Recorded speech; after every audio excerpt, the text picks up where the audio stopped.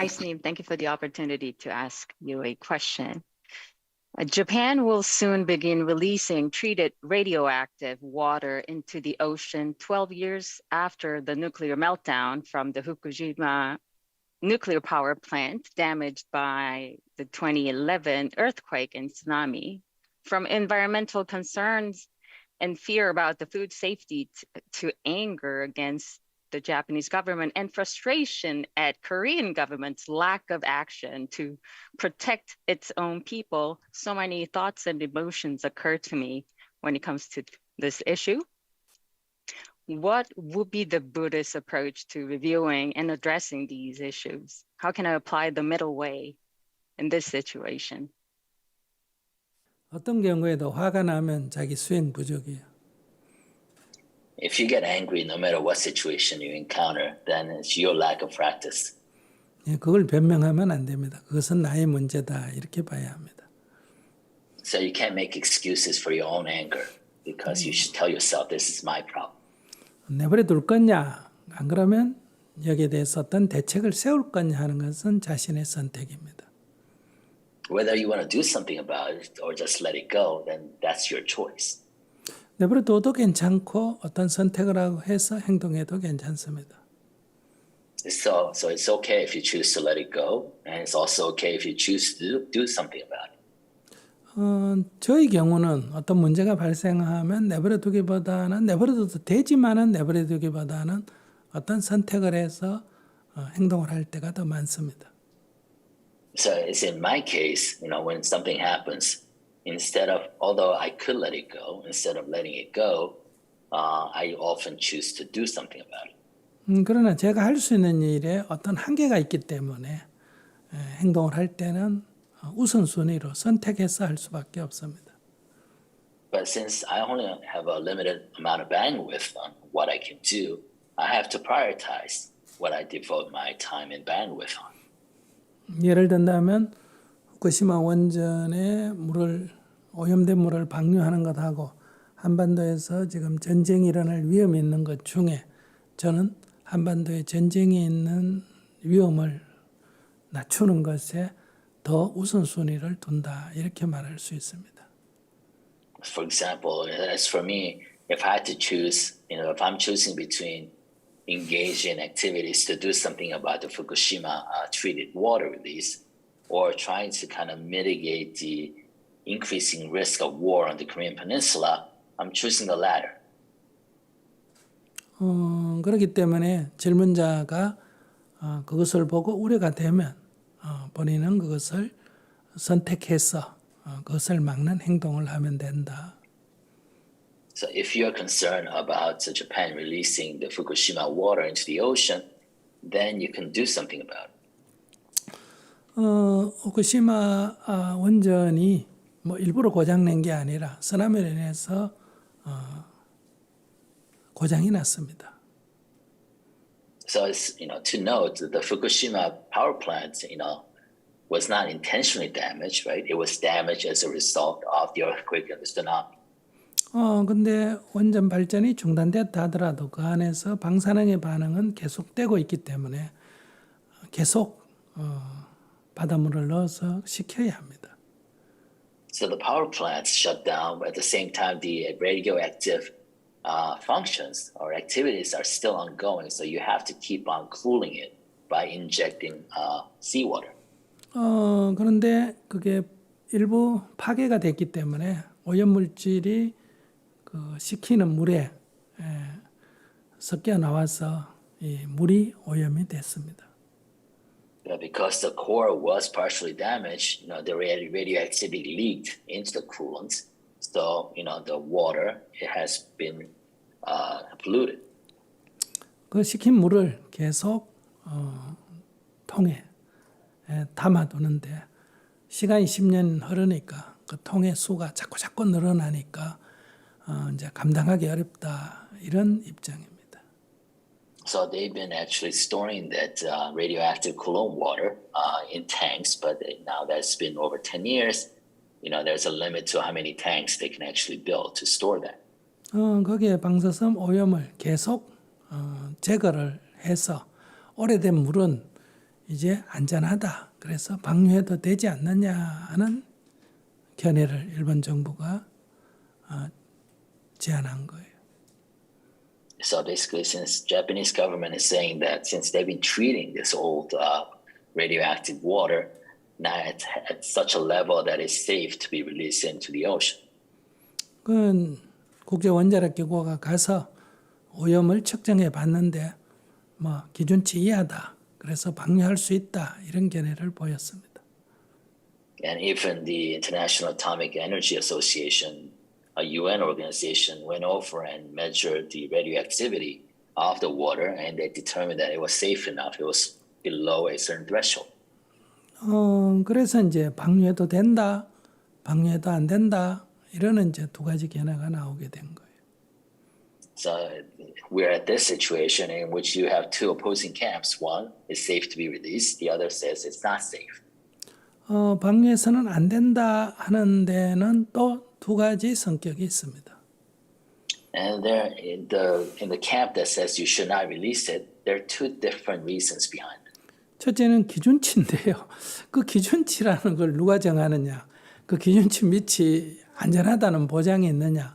나중에 기준치가 만약에 다시 아래로 내려가 버린다면 그러면 위험한 거를 우리가 방류한 게 아니냐 하는 이런 기준치에 대한 우리들의 신뢰가 문제가 됩니다. So one reason is that, question they have is like, who determines that threshold of what's safe? So the threshold becomes lower after the radioactive water has been released, then is it all of a sudden dangerous now? So who is it that determines, that threshold? 두 번째는 기준치 이하라고 하더라도 어쨌든 오염이 된 거는 미량이라도 오염수가 된 거는 사실이니까 그것이 방류가 됐을 때 어떤 사람도 그 기준치 이하라 하더라도 오염된 것에 바닷물로 오염된 그 물고기를 먹고 싶어 하는 데는 먹고 싶어 하는 사람 없습니다. 거기에 약간의 두려움을 갖게 됩니다. So another reason is that even though it is below a certain threshold, there's no one who really actually wants to eat a fish, that have been swimming and living in that water that has been polluted by the radioactive water, even though it's determined to be safe. 특히 이제 어른은 뭐 지금 우리가 좀 미량을 흡수한다 해도 죽을 때가 다 돼가니까 문제가 없는데 어린아이들을 둔 사람은 우려가 됩니다. 왜냐하면 그것이 누적해서 계속 된다면 또 아이들은 이 세포가 연약하니까 건강에 어떤 이상이 생기지 않을까 이렇게 어린 자식을 둔 부모들 특히 어머니들은 큰 우려를 할 수밖에 없습니다. Especially parents of little children, small children. The adults maybe can handle a certain amount of exposure, but small children, since this is cumulative, that if they keep eating and they keep, being exposed to small amounts of radioactivity, perchance by this release of the water, then would that affect their long-term health? 자, 이런 현실 위에서 우리가 이것을 살펴봐야 합니다. So this is kind of the situation that we're in that we should examine. 방류를 하지 않는 게 제일 좋습니다. Of course, it's best if they don't release it. 우리는 원칙적으로 방류하지 말라고 주장을 할 수 있습니다. And we can keep on to our position, asking Japanese government not to release it. 좀 더 안전성이 확인될 때까지 5년이든 10년이든 더 보관을 해라 이렇게 주장할 수 있습니다. And we can ask them to store 5 more years or 10 more years until we are even more sure. 거기 이제 일본 정부는 경제적 부담을 얘기할 겁니다. And to that, Japan is going to respond with the economic costs. 여기 이제 가장 반대하는 사람이 누굴까요? And who would be the one most opposed in this situation? 첫째, 후쿠시마의 어민들입니다. First, it's probably the fishermen in Fukushima. 그들은 물고기를 잡아서 먹고 사는데 물고기 오염을 우려해서 아무도 그 물고기를 먹으려고 하지 않으면 이제 어업을 그만둬야 합니다. 생존의 위협을 So these are 느끼게 되니까 그 사람들이 가장 강력하게 반대합니다. so these are the commercial fishermen who actually make a living by fishing in those Fukushima waters. So they're the ones most opposed against this release because their livelihood is threatened. 그들은 자기 건강을 우려하는 게 아니라 직업을 우려하는 거예요. So they're not worried about their health; they're worrying about their livelihood. 두 번째 태평양 쪽에 있는 일본 어민들이 가장 반대를 합니다. And of course, other fishermen who fishes in the Pacific waters nearby, those Japanese fishermen are also opposed. 이런 바닷물이 오염이 됐다 하는 소문 때문에 일본 수산물을 각국에서 수입하지 않는다면 그들은 일본은 수산업이 굉장히 또 발달했잖아요. 그러니까 큰 타격을 입게 되는 겁니다. Because if other countries are reluctant to buy fishes from Japan because of the rumors, because of these concerns, then their bottom line is going to be impacted. 그다음에 세 번째는 가장 가까이 있는 이웃 나라인 한국 사람이 반대하는 겁니다. And and the third camp who are most opposed is probably from neighboring countries like Korea. 우리 바다도 오염되는 거 아닌가? And they're concerned whether their actually seas or their oceans will be 한국 polluted. 사람도 수산물을 많이 먹고 또 바다 소금을 천일염을 사용하니까 우려를 하는 거예요. We eat a lot of fishes caught on our shores, and we also eat the salt, sea salt. So we're concerned, 이것이 지금 현실입니다. and that's the reality. 그러니까 우려하는 사람들 입장에서는 일본 정부나 한국 정부, 일본 정부가 방류하겠다거나 한국 정부가 그걸 수용하는 게 너무너무 무책임해 보입니다. So from those people who are concerned, the Japanese government's policy of releasing these waters and South Korean's government's allowing that to go ahead and happen, it seems very irresponsible. 그러나 또 일본 정부의 입장에서는 기준치 이하인데 큰 문제가 없다. 이 문제를 가지고 계속 주장을 또 하고 있습니다. But from the Japanese government's perspective, it's below a certain threshold, so it's deemed to be safe. So there's really no more problem in releasing. 또 한국 정부도 요즘 한일 관계 개선을 위해서 일본 정부의 그러한 주장에 대해서 일부 동의를 하고 있습니다. And the Korean government, in order to improve its relationship with Japan, is going along with that interpretation. 미국 정부도 동의를 하고 있고요. The U.S. government is also aligned. 네, 이렇게 해서 이 문제가 지금 우려하는 사람과 방류를 해야 되겠다는 사람 사이에 갈등이 계속되고 있는 겁니다. And that's causing the tensions between those people who are concerned and those who wants to release the water. 제가 생각할 때는요, 하지 않으면 좋다고 저는 생각합니다. So my personal thought is that it'd be best if they don't release it. 왜냐하면 안전에 대해서 아직 우려가 완전히 가시지 않았기 때문에. Because there's still heightened concern about the safety of that water. 그래서 우리는 그런 반대 의견을 낼 수가 있습니다. And then we are free to express our opposition. 그러면 이걸 방류를 하면 당장 식품에 크나큰 위험이 오느냐? 저는 그렇게 생각하지 않습니다. But does the release of the water bring about an immediate danger to our food chain? I don't think so. 이것이 한국까지 오려면 쿠르시오 해류를 거쳐서 알래스카 쪽으로 해서 캘리포니아 쪽으로 해서 적도 반류를 해서 한국까지 오는 데는 1년, 2년 걸리고 아주 또 미량만이 한국으로 올 수 있기 때문에 이것에 대해서 한국 분들이 우려하는 건 좋은데 당장 식품에 위험이 있다, 건강에 위험이 있다 이렇게까지 하는 것은 저는 너무 민감한 대응이라고 생각합니다.